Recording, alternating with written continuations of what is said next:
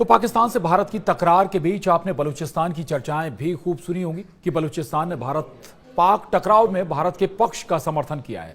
Baloch liberation army ने पाकिस्तानी सैन्य वाहनों या ठिकानों को निशाना बनाया, या फिर बलूचिस्तान से खुद को आजाद बलूचिस्तान ने घोषित कर दिया।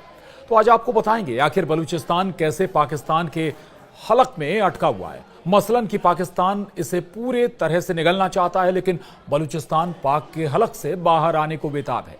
तो बताएंगे बलूचिस्तान के खुद को आजाद करने के पीछे की कहानी क्या है और खनिज संसाधनों के लिहाज से बलूचिस्तान पर पाकिस्तान के लिए कितना जरूरी है ये, और भारत की बलूचिस्तान में क्या भूमिका है, और पीओके को भारत के पक्ष का कैसे समर्थन करते हैं बलूच नेता, ये भी बताएंगे। साथ ही क्या है बलूचिस्तान का असल इतिहास, तो ये आज सब कुछ होगा हमारे आज के इस वीडियो में। दरअसल भारत की तरफ से पाकिस्तान को सबक सिखाने के लिए ऑपरेशन सिंदूर चलाया गया। असर यह हुआ कि पाकिस्तान की हालत पस्त हो गई, उसके सैन्य और वायुसेना के अड्डों को भारी नुकसान उठाना पड़ा और पूरी दुनिया में उसकी किरकिरी हुई सो अलग। लेकिन इसके बाद भी पाकिस्तान अपनी नाकामी को छिपाने के लिए लगातार झूठ पर झूठ बोलकर दुनिया के सामने अपना मुंह मियां मिट्ठू बना हुआ है। पाकिस्तान के जनरल से लेकर पाकिस्तान के प्रधानमंत्री शहबाज शरीफ तक अपनी फौज की शान में शेखी बघारने का कोई मौका नहीं चूक रहे। लेकिन दूसरी तरफ पाकिस्तान में भीतर ही भीतर हालात कितने नाजुक होते जा रहे हैं, उसे महज इस बात से समझा जा सकता है कि खुद पाकिस्तान में ही वहां के भूभाग का 44% हिस्सा, यानी लगभग जर्मनी देश के भूभाग के बराबर, लेकिन यहां के लोग खुद को पाकिस्तान का मानते ही नहीं हैं। हम बात कर रहे हैं किसी दौर में कलात रीजन कहलाने वाले आज के बलूचिस्तान की। बलूचिस्तान वो इलाका जिसकी आबादी 1.5 करोड़ है, लेकिन यह पाकिस्तान का सबसे बड़ा राज्य है, जिसकी सीमा अफगानिस्तान और ईरान दोनों से लगती है। सामरिक नजरिए से देखा जाए तो बलूचिस्तान पाकिस्तान का सबसे अहम इलाका भी है। इतना ही नहीं, बलूचिस्तान कहने को टेरेंस वाला इलाका यानी पहाड़ी इलाका कहा जाता है, लेकिन इसकी अहमियत का अंदाजा इसी बात से लगाया जा सकता है कि तेल, तांबा, सोना, गैस लाइन, कई दूसरी खदानें यहां पर भरपूर मात्रा में, और यही कारण है कि पाकिस्तान इन्हीं संसाधनों का दोहन करके अपनी जरूरतों को पूरा करता आया है। हालांकि इतना सब होने के बाद भी यहां के लोगों का हक उन्हें 1947 के बाद से आज तक नहीं मिल पाया है। कहने को तो बलूचिस्तान 1947 में आजाद हो ही गया था, लेकिन बाद में हुई सियासत और नियत की रंगत ऐसी दिखी कि ना चाहते हुए भी बलूचिस्तान को पाकिस्तान में खुद को शामिल कराना पड़ा। क्या था पूरा खेल, और आज के वक्त में क्या बलूचिस्तान के लोग जिस आजादी की मांग कर रहे हैं वो उन्हें हासिल हो पाएगी, ये सवाल है। दरअसल बलूच लगातार हिंदुस्तान की तरफ से इस मामले में देख रहे हैं और चाहते हैं कि भारत बलूचिस्तान की आजादी में मदद करे। इसके एवज में कहा जा सकता है कि बलूचिस्तान ने भी पीओके के मामले पर भारत के रुख का समर्थन कर दिया है और अब चाहता है कि बलूचिस्तान के लिए हिंदुस्तान भी दुनिया में उसकी बात को ताकत दे। दरअसल 47 और 48 के दरमियान पाकिस्तान का कब्जा होने के बाद से बलूचिस्तान में 5 बड़े विद्रोह हुए हैं, और सबसे हालिया विद्रोह 2005 में शुरू हुआ था, जो आज भी जारी है। तो बलूचिस्तान में तेल, सोना, तांबा और दूसरी तरह के खनिज पदार्थों से यह पूरा क्षेत्र भरा हुआ है। इन संसाधनों का इस्तेमाल पाकिस्तान अपनी जरूरतों के लिए लगातार करता आ रहा है, लेकिन बावजूद ये पूरा इलाका बेहद पिछड़ा हुआ है, और इसलिए बलूचिस्तान में पाकिस्तान के खिलाफ नफरत बेहिसाब है।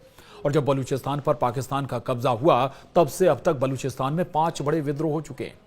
और आपको बता दें, पाकिस्तान के कब्जे वाले बलूचिस्तान में बलूच लोग सड़कों पर हैं, और ये उनका राष्ट्रीय फैसला है कि बलूचिस्तान पाकिस्तान नहीं है और दुनिया अब और मूक दर्शक नहीं रह सकती। बलूच नेता मीर यार बलूच ने बुधवार को क्षेत्र में दशकों से हो रही हिंसा, जबरन गायब किए जाने और मानवाधिकारों के उल्लंघन का हवाला देते हुए पाकिस्तान से आजादी की घोषणा की, और एक्स पर एक पोस्ट में उन्होंने कहा कि बलूचिस्तान के लोगों ने अपना राष्ट्रीय फैसला दे दिया है और दुनिया को अब चुप नहीं रहना चाहिए। मीर यार ने लिखा कि तुम मारोगे हम निकलेंगे, हम नस्ल बचाने के लिए निकलेंगे, आओ हमारा साथ दो। उन्होंने भारत और ग्लोबल समुदाय से बलूचिस्तान की आजादी के लिए मान्यता और समर्थन भी मांगा है। उन्होंने भारतीय नागरिकों, खासतौर पर मीडिया, यूट्यूबर्स और बुद्धिजीवियों से बलूचों को पाकिस्तान के अपने लोग कहने से बचने का आग्रह किया, यानी कि अब बलूचों को पाकिस्तान के अपने लोग ना कहा जाए, यह आग्रह उनका। अपने ट्वीट में उन्होंने कहा कि प्रिय भारतीय देशभक्त मीडिया यूट्यूब साथियों, भारत की रक्षा के लिए लड़ने वाले बुद्धिजीवियों को सुझाव दिया जाता है कि वे बलूचों को पाकिस्तान के अपने लोग ना कहें। हम पाकिस्तानी नहीं हैं, हम बलूचिस्तानी हैं। पाकिस्तान के अपने लोग पंजाबी हैं, जिन्होंने कभी हवाई बमबारी, जबरन गायब किए जाने और नरसंहार का सामना नहीं किया। उन्होंने बताया कि बलूचिस्तान में लंबे समय से गंभीर मानवाधिकार के उल्लंघन हुए हैं। इनमें जबरन गायब कर दिया जाना, हत्याएं, असहमति को दबाना शामिल है। पाकिस्तानी सुरक्षा बलों और सशस्त्र समूहों दोनों पर दुर्व्यवहार के आरोप भी उन्होंने लगाए और चल रहे संघर्ष में नागरिक अक्सर पीड़ित होते हैं। उन्होंने ये भी कहा कि बलूचिस्तान को विदेशी ताकतों की मदद से जबरन बलूचिस्तान पर कब्जा किया गया था। बलूच नेता ये भी कहते हैं कि पाकिस्तान पीओके भारत के लिए छोड़ दे, यानी पीओके पर बलूच नेता भारत का समर्थन करते हैं, पाकिस्तान से कहते हैं कि वो भारत के लिए पीओके खाली कर दे। मीर यार बलूच ने पाकिस्तान के कब्जे वाले जम्मू कश्मीर पीओके पर भारत के रुख का पूरा समर्थन किया। उन्होंने अंतर्राष्ट्रीय समुदाय से पाकिस्तान पर इस क्षेत्र को खाली करने के लिए दबाव बनाने का आग्रह भी किया। मीर यार ने कहा कि बलूचिस्तान भारत द्वारा पाकिस्तान को पीओके खाली करने के लिए कहने के फैसले का पूरा समर्थन करता है। अंतर्राष्ट्रीय समुदाय को पाकिस्तान से आग्रह करना चाहिए कि वो ढाका में अपने 93,000 सैन्य कर्मियों के आत्मसमर्पण के एक और अपमान से बचने के लिए तुरंत पीओके छोड़ दे। यानी मीर यार ये भी कहते हैं कि जो ढाका में हुआ था ऐसा ना हो कि पीओके में पाकिस्तान के साथ फिर वही हालात बने। वहीं भारत और पाकिस्तानी सेना को हराने में यह भी दावा किया उन्होंने कि भारत पाकिस्तानी सेना को हराने में पूरी तरह से सक्षम है और अगर पाकिस्तान ने कोई ध्यान नहीं दिया तो केवल पाकिस्तानी लालची सेना जनरलों को ही रक्तपात के लिए जिम्मेदार ठहराया जाना चाहिए, क्योंकि इस्लामाबाद पीओके के लोगों को मानव ढाल के रूप में इस्तेमाल कर रहा है। उन्होंने बलूचिस्तान की स्वतंत्रता के लिए भारत और वैश्विक समुदाय से मान्यता और समर्थन का आह्वान भी किया।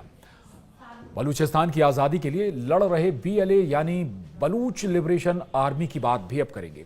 बलूच लिबरेशन आर्मी बीएलए एक संगठन है जो पाकिस्तान के बलूचिस्तान प्रांत की स्वतंत्रता के लिए लड़ रहा है। इसकी स्थापना लगभग 2000 के दशक की शुरुआत में हुई और इसे कई देशों द्वारा आतंकी संगठन भी घोषित कर दिया गया। बीएलए का दावा है कि बलूचिस्तान के प्राकृतिक संसाधनों का शोषण हो रहा है और बलूच लोगों के अधिकार छीन लिए गए हैं।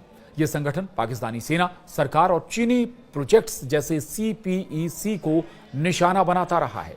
बीएलए अपनी गुरिल्ला शैली के लिए जाना जाता है, यानी पहाड़ी इलाकों में छिपकर सेना पर हमला करना और तुरंत वापस लौट जाना। वहीं मानवाधिकारों के लिए काम करने वाले एक्टिविस्टों का मानना है कि पाकिस्तान बलूचिस्तान की स्वतंत्रता में देरी कर सकता है, लेकिन इसे हमेशा के लिए रोका नहीं जा सकता। उन्होंने बलूच संघर्ष की तुलना वियतनाम के आंदोलन से की है। वहीं बलूच लेखक मीर यार का कहना है कि बलूचिस्तान अब आज़ादी से सिर्फ 2 कदम दूर है। उन्होंने इसकी 1971 के बांग्लादेश की स्थिति से तुलना करते हुए कहा कि पाकिस्तान की सेना और खुफिया एजेंसियां इस वास्तविकता को स्वीकार कर नहीं रही हैं। अब बात बलूचिस्तान के इतिहास की भी करेंगे। आज जहां बलूचिस्तान है उस जगह का इतिहास करीब 9000 साल पुराना है। तब यहां मेहरगढ़ हुआ करता था। यह सिंधु सभ्यता का एक प्रमुख शहर था। लगभग 3000 साल पहले जब सिंधु सभ्यता का अंत हुआ तो यहाँ के लोग सिंध और पंजाब के इलाके में बस गए। यहाँ पर हिंदुओं की प्रमुख शक्तिपीठ में से एक हिंगलाज माता का मंदिर भी है, जिसे पाकिस्तान में नानी का हज भी कहा जाता है। समय के साथ ये क्षेत्र बौद्ध धर्म का भी एक प्रमुख केंद्र बना। 7वीं सदी में जब अरब हमलावरों ने इस इलाके पर हमला किया तो यहाँ पर इस्लाम धर्म का प्रभाव भी बढ़ा। अब ये भी जानिए आखिर बलूचिस्तान पाकिस्तान का हिस्सा कैसे हो गया। दरअसल 1947 में भारतीय उपमहाद्वीप में आजादी की प्रक्रिया की शुरुआत हुई। भारत और पाकिस्तान की तरह कलात में भी आजादी की मांग तेज हो गई।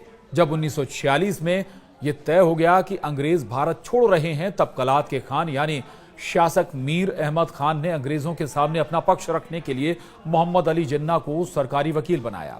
बलूचिस्तान नाम से एक नया देश बनाने के लिए 4 अगस्त 1947 को दिल्ली में एक बैठक बुलाई गई। इसमें मीर अहमद खान के साथ जिन्ना और जवाहरलाल नेहरू भी शामिल हुए। बैठक में जिन्ना ने कलात की आजादी की वकालत की। बैठक में ब्रिटिश वायसरॉय लॉर्ड माउंटबेटन ने भी माना कि कलात को भारत या पाकिस्तान का हिस्सा बनने की जरूरत नहीं है। तब जिन्ना ने ही यह सुझाव दिया कि 4 जिलों कलात, खरान, लासबेला और मकरान को मिलाकर एक आजाद बलूचिस्तान बनाया जाए। 11 अगस्त 1947 को कलात और मुस्लिम लीग के बीच एक समझौते पर हस्ताक्षर हुए। इसके साथ ही बलूचिस्तान एक अलग देश बन गया। हालांकि इसमें एक पेंच ये था कि बलूचिस्तान की सुरक्षा पाकिस्तान के हवाले थी। आखिरकार कलात के खान ने 12 अगस्त को बलूचिस्तान को एक आजाद देश घोषित कर दिया। बलूचिस्तान में मस्जिद से कलात का पारंपरिक झंडा फहराया गया। कलात के शासक मीर अहमद खान के नाम पर खुतबा पढ़ा गया। लेकिन आजादी घोषित करने के ठीक एक महीने बाद यानी 12 सितंबर को ब्रिटेन ने एक प्रस्ताव पारित किया और कहा कि बलूचिस्तान एक अलग देश बनने की हालत में नहीं है, वो अंतर्राष्ट्रीय जिम्मेदारियां नहीं उठा सकता। और यहीं से स्थिति बदल गई और हालात ऐसे बने कि आखिरकार पाकिस्तान में इसे सम्मिलित होना पड़ा, यानी बलूचिस्तान पाकिस्तान का हिस्सा हो गया। आजाद होने के बाद भी बलूचिस्तान को पाकिस्तान का हिस्सा होना पड़ा। लेकिन एक बार फिर मांग उठ रही है, बलूचिस्तान के जो नेता हैं वो खुद को स्वतंत्र घोषित कर रहे हैं और पाकिस्तान से आजाद होने की गुहार भी लगा रहे हैं। विश्व समुदाय से मांग भी कर रहे हैं, मदद की गुहार भी लगा रहे हैं। भारत से भी लगातार ये मांग हो रही है और भारत भले ही बैकडोर से बलूचिस्तान का समर्थन करता रहा हो, लेकिन वक्त हो सकता है बदले और बलूचिस्तान पाकिस्तान को एक झटका देने का जरिया भी बन सकता है। यानी 44% हिस्सा जो पाकिस्तान का बलूचिस्तान में आता है उसे तोड़ने का वक्त हो सकता है बहुत जल्दी आ भी जाए। आज के लिए इतना ही, नमस्कार।